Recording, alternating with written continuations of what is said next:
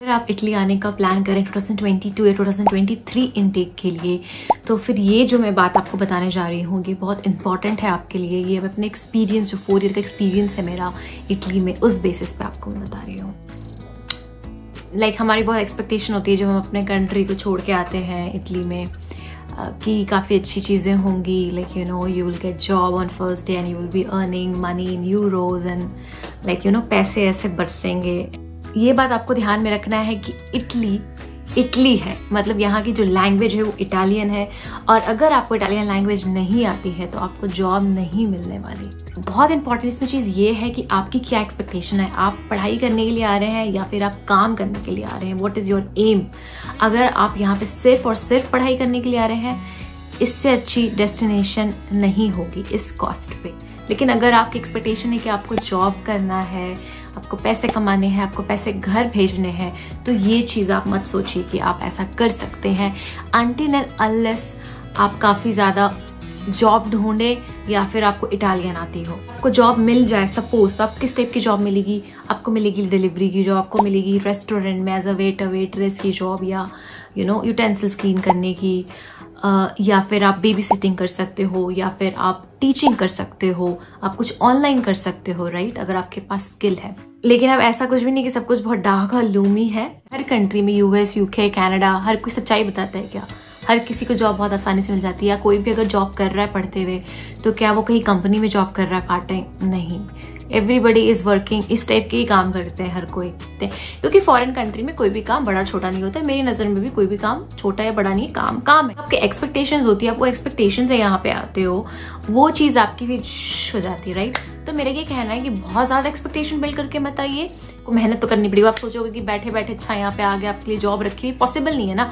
आपके पास already competition है, जो इटालियन पीपल है उनके कंपटीशन, उसके बाद जो बाकी इंटरनेशनल स्टूडेंट्स हैं उन, देखो मेरे ख्याल से ना 2 तरीके के लोग होते हैं। एक लोग होते हैं जो सिचुएशन कैसी भी हो उसमें जॉब ढूंढ लेते हैं, मैंने ऐसे लोगों को भी देखा है। और कुछ ऐसे लोग होते हैं जो बस सुबह उठते हैं, मस्त इंडियन खाना बनाएंगे अच्छे से, मसाले तड़का वड़का दे करके, शाम को आराम से नेटफ्लिक्स मूवी देखे, सो गए, रात को फ्रेंड्स से बात किए, सो गए। बहुत सारे मैंने लोगों को ऐसे भी देखा है, सुबह उठते हैं, प्रॉपर सुबह उठते ही जॉब अप्लाई करते हैं, पढ़ाई करते हैं, फिर एंजॉय भी करते हैं, शाम को घूमने भी जाते हैं। ठीक है, इट डिपेंड्स आप किस तरह के स्टूडेंट हो, आप पे डिपेंड करता है। आप किस तरह के स्टूडेंट बन जाते हो यहाँ आके, उस पर डिपेंड करता है। अगर आप यहाँ आकर के अपनी एक छोटी मिनी इंडिया बना लेते हो, या बांग्लादेश, नेपाल, अपनी कंट्री बना लेते हो और अपने में ही रहते हो, अपनी चीज़ों में ही, तो यू कैन नॉट ग्रो। आपको बाहर निकलना पड़ेगा, आपको देखना पड़ेगा कहाँ पे क्या अपॉर्चुनिटीज़ है। आपकी कोर्स फिनिश होने से पहले ही आप वेबसाइट्स पे जाओ, ग्लासडोर पे जाओ, इंडीड पे आप जाओ, आप लिंक्डइन पे जाओ, इन सब जॉब्स वेबसाइट पे जाओ, और आप देखो कि आपकी स्टडी से रिलेटेड कौन कौन सी जॉब्स अवेलेबल है और वो कौन सी स्किल्स के डिमांड कर रहे हैं।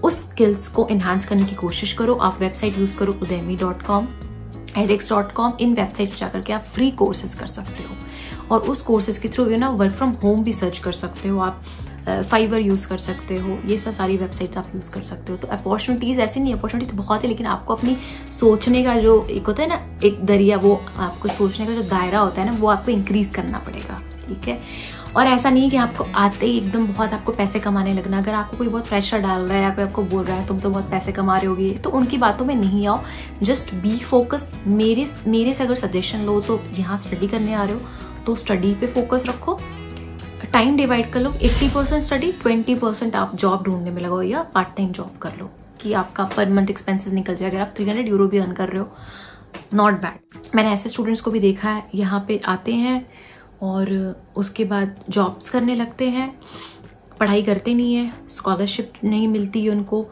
और फिर क्या फ़ायदा है उससे। फिर अब सर्वाइव करने के लिए वो जॉब करते हैं। एंड में टाइम ऐसा आ जाता है कि ना ही पैसा इकट्ठा हो पाता है, क्योंकि जो पैसे कमा रहे हैं वो लिविंग एक्सपेंसेस में जा रहे हैं। अच्छा, डिफरेंट अप्रोच। अगर आपको कंपनी में अप्लाई करना है उसके लिए एक डिफरेंट अप्रोच है, और अगर आपको लोकल जॉब करना है, लाइक डिलीवरी की या रेस्टोरेंट में, उसकी एक अलग अप्रोच है। अगर आपको डिलीवरी की या रेस्टोरेंट्स में जॉब अप्लाई करनी है, रिज्यूम बना लीजिए। सबसे पहली बात तो इटालियन में, इस चीज़ का ध्यान रखो, रिज्यूम इटालियन में होना चाहिए, राइट। रिज्यूम बना लो इटालियन में, रेस्टोरेंट्स विजिट करो, उनको जा करके अपना रिज्यूमे ड्रॉप कर दो। फेसबुक का यूज़ बहुत अच्छे तरीके से करो, क्योंकि फेसबुक में काफ़ी लोग जॉब डालते हैं, तो फेसबुक में जो अलग से एक जॉब कैटेगरी का सेक्शन होता है, वहाँ पे जाके अप्लाई करो। guys, yeah, that's it for today. So guys, you watch my video but you don't subscribe, that hurts actually. So please subscribe my channel and also press the bell icon. Okay guys, so thank you so much for watching Travel with Meg. Till the time, bye bye, ciao ciao.